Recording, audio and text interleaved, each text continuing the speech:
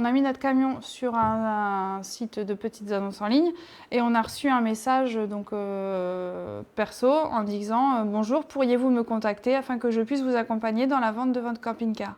Une proposition d'autant plus intéressante que l'entreprise en question semble sérieuse et professionnelle. Au bout d'un mois, si on n'a pas vendu votre camping-car, on vous le proposera de vous le racheter. Voilà. Donc là, c'était rassurant parce qu'en plus, c'était à côté de chez nous. Problème, quelques jours après avoir confié leur véhicule au dépôt-vente, les soucis s'enchaînent. J'ai la reconnaissance de dette, j'ai le mandat de vente, j'ai le chèque pour provision insuffisante. Le fourgon semble avoir été vendu, mais le couple ne verra jamais la couleur de cet argent, un préjudice de 47 000 €.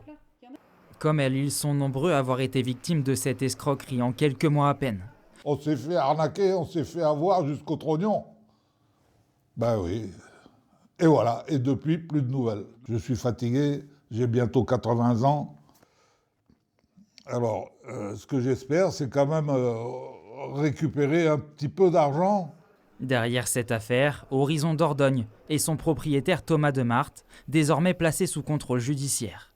S'il affirmait en novembre dernier ne pas détenir les 2 millions € de préjudice estimés, une enquête est en cours. Pour soupçon d'abus de confiance et escroquerie, l'entreprise a elle été placée en liquidation judiciaire.